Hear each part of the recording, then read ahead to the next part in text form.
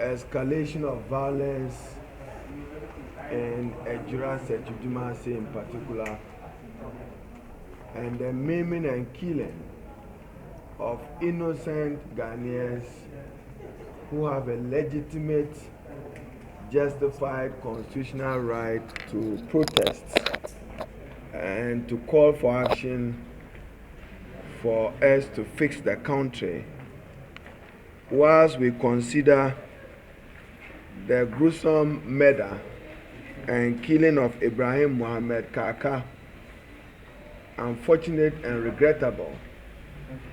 The additional loss of lives arising out of the use of brute, coercive, excessive force by the security agencies of Ghana only vindicate us as a minority. You recall, even when we questioned, that there were too many armed men in uniform with weapons walking the streets of Ghana, and were concerned about it. Many of you took that for granted.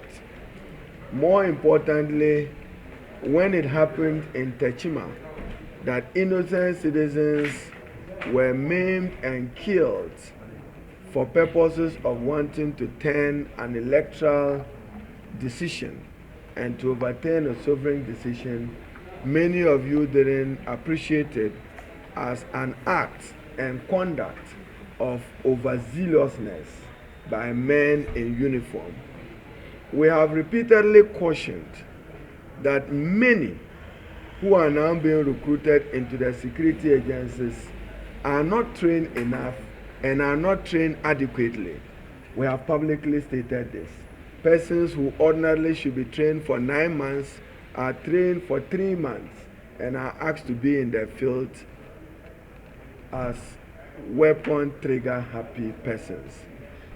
More significantly is the worrying absorption into the security agencies, in particular the police and the Ghana Armed Forces, of MPP apparatchiks vigilantes. They are not professional. They can never be professional. You know their modus operandi as they chase even MPP ministers out. We are not surprised that they may be at the center of this. Understandably, we have heard President Akufo-Addo instruct the Minister for Interior for a commission of enquiry into this matter.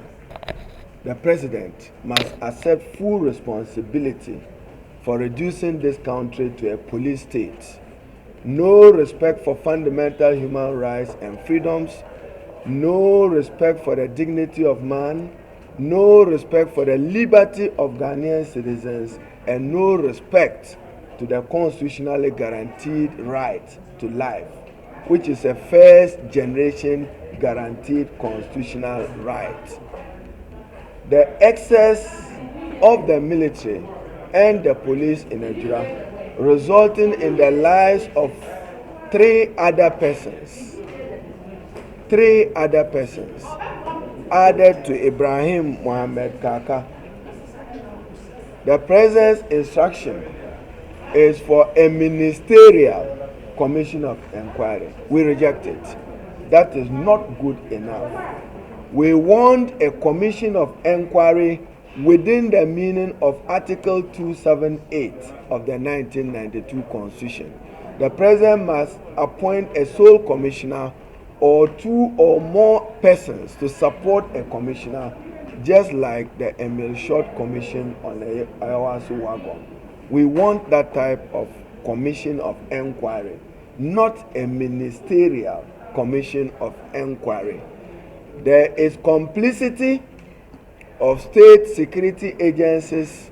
They cannot absolve themselves. We want to see the President appoint a justice of the Superior Court or a retired justice of the Supreme Court to lead this process, because ultimately we will accept recommendations that calls for reforms. Let me use this opportunity to call on the youth who are acting out of frustrations, who are acting out of a helpless situation, that they should not let this generate into an anomalous situation in Ghana, a situation of normlessness. Whilst government must take the needed steps to address the growing unemployment and the growing economic hardships in our country, we find the deaths regrettable.